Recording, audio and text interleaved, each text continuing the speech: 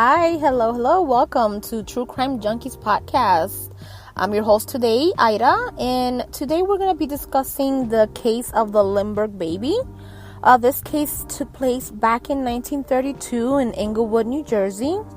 I'm going to first start speaking about Charles Lindbergh Sr. He was one of the American aviators, very famous, one of the best figures in aeronautical history. He was remembered for the first non-stop flight across the Atlantic Ocean from New York to Paris, which is pretty awesome. Then he married Anne Morrow on May 27th of 1929. They moved together to Englewood, New Jersey, as their life was beginning, starting their family and everything. There they were raising 6 children, and not knowing that at that moment their life would turn for the worse. Something that the media called back then the crime of the century.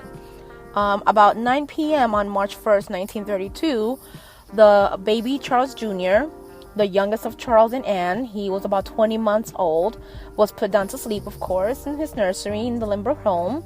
An hour later, his nanny, Betty Gow, heads over to his room to check on him and notices that he is gone. He's away, gone from his crib. And she calls out for the Lindberghs, and they immediately contacted the authority that the baby was missing. And then once they contacted the authorities, who turned and ceded over the investigation over to the New Jersey State Police. A search of the crime scene did uncover that the kidnapper or kidnappers climbed a ladder into the second-story nursery in the home, and they did confirm that Charles Jr. has been abducted, and a ransom note demanding $50,000 on the sill of the window was left there, and a muddy footprint inside the nursery.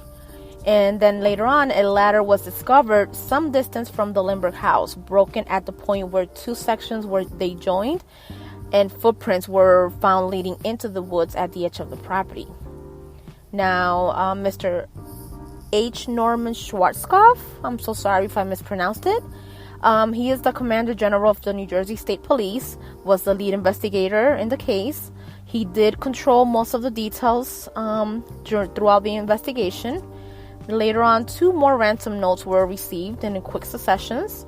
The first one, which raised the demand to $70,000. After various attempts to contact the kidnappers, that failed. And now a retired teacher named John F. Condon decided to help the family.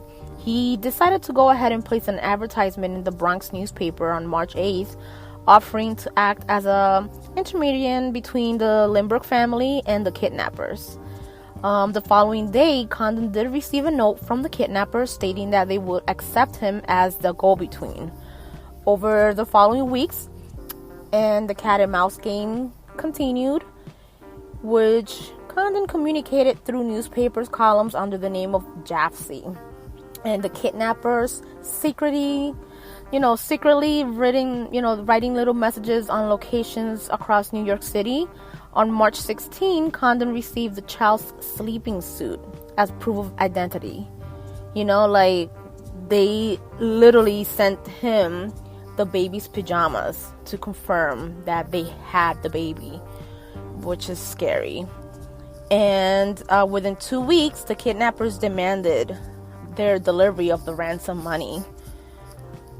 On the night of April 2nd, Condon, with Lindbergh waiting in a car nearby, met a man whom he called John, getting him to agree to the original ransom of the $50,000, trying to negotiate it back down to $50,000 in exchange for the location of the Lindbergh baby. John took the money, primarily in gold certificates, the serial numbers of which has been recorded by the Treasury Department, and gave Condon a note that stated that the child could be found on a boat called the Nellie near Martha's Vineyard in Massachusetts. Lindbergh himself led the ultimately unsuccessful search for the Nellie, and the team of investigators were forced to concede that they returned for the ransom. They could never find that boat, unfortunately. That was a sad moment. Undaunted by the setback, the search for young Charles, it did continue. And the serial numbers of the bills paid to John were released to the banks and published in major newspapers. They shared all the certificate numbers that were given in that first ransom. The case took a tragic turn on May 12th when the child's badly decomposed body was found less than 5 miles from the Lindbergh home. Then an autopsy found that the Lindbergh baby had been killed. It was confirmed that it was him, and it happened by a blow to the head during or shortly after the kidnapping. Meaning that they did murder the baby right after the kidnapping from his home. Now, the U.S. Bureau of Investigation, we know them now as FBI, had until the discovery of the body, they were just acting as an advisory capacity. They were not really involved in the investigation. They were just in the advisory. And because the baby Lindbergh case on May 14th, because of this is that case that happened, this sad case, the president, Herbert Hoover, authorized the FBI to serve as the primary federal agency on the case, and the full resources of the U.S. Department of Justice were committed to this investigation of this horrible crime. Public outreach did lead the U.S. Congress to pass the Federal Kidnapping Act known as the Lindbergh Law on June 22nd of 1932, the day that would have been Charles Jr.'s second birthday. It's so sad, and made it that kidnapping basically is a federal crime across state lines and could be punished by death. The Bureau and New Jersey State Police initially focused their efforts on Condon and the Lindbergh household staff, of course, early during the investigation, but no concrete leads emerged. John helped the Bureau construct a profile of John and the gold certificate from the ransom payment that he gave them, and they were beginning to resurface in the New York area. They were surfacing everywhere. More than a year passed before the case had its major break, though, when a service station attendant in New York City recorded a license plate number of a man who had paid with a $10 gold certificate. This led to the authorities to the Bronx. They found a resident there, a German carpenter who matched the physical description of John. In September 19th of 1934, Bruno Hauptmann, I think I said it right, Hauptmann, was arrested, and a $20 gold certificate from the ransom payment was found on his person. Bruno Hauptmann, he was born November 26th of 1899 in Saxony, Germany. German-born American carpenter. He now gets convicted of kidnapping and murdering the 20-month-old son of Anne and Charles. The case mounted very quickly. The day after his arrest, more than 13,000 in gold ransom certificates were discovered in his garage and later identified by Condon. He ID'd him as that John fellow that he met and gave him the first ransom. In addition, Bruno also had a prior criminal record that included burglary. He did insist he was not guilty and that he was holding the money for a friend who had returned to Germany and since died. Very fishy.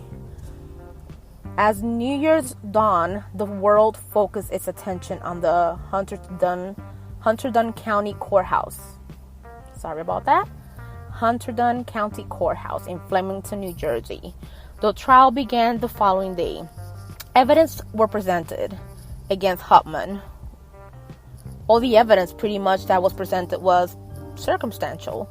In additional, Condon's telephone number was found written on a closet door frame of this guy's apartment, who insists on his innocence. But between the gold certificates, Condon's phone number, it was too much coincidence. And after more than 5 weeks of the testimonies and 11 hours of deliberation, the jury returned with a guilty verdict on February 13 of 1935, and Hauptmann was sentenced to death. A series of appeals were submitted, but for him, unfortunately, they were unsuccessful. The clemency bid that he submitted as well was rejected. So Hauptmann denied to the last day of his life that he was not involved in this kidnapping.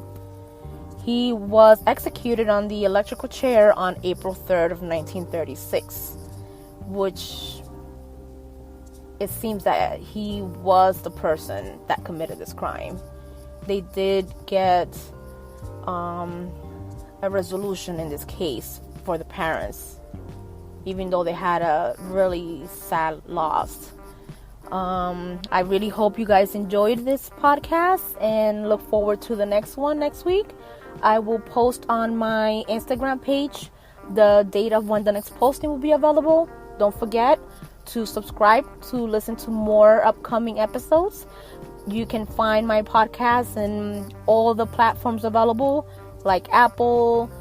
You can find it on Spotify, any platform you use. You can look me up. It is True Crime Junkies, and I will be posting every week. Normally, you will find new episodes Fridays or Saturdays. Just follow me on Instagram to stay up to date.